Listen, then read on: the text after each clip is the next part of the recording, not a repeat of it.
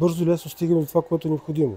Не ми губят времето и мога лесно да се разбера с тях.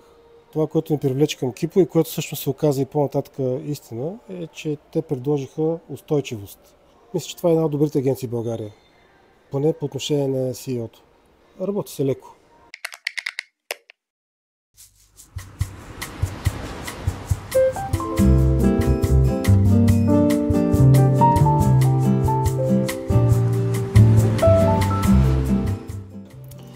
Казвам се Тодор Кашилски, управител съм на верига магазини MySilver.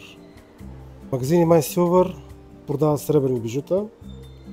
Правим го вече повече от 30 години, от 1992 година, от 1992 година.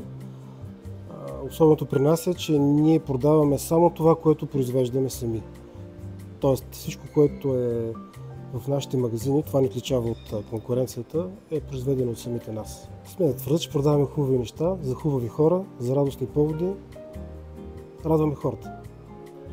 Към студио Кипо се обърнахме преди 3 години, тъй като забелязахме усилен трафик на хора, на търсения по-скоро в мрежата, включително и на сребърни бижута, за сребърни бижута.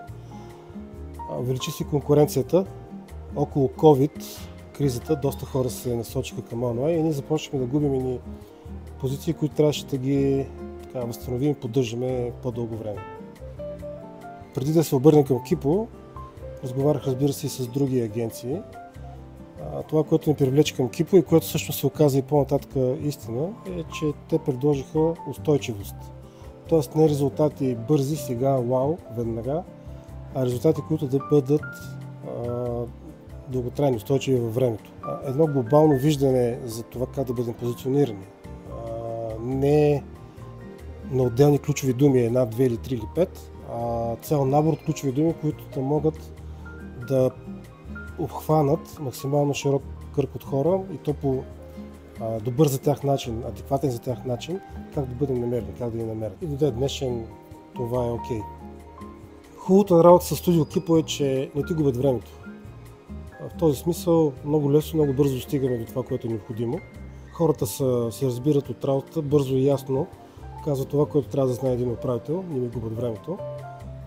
Имат аргументация в повечето случаи.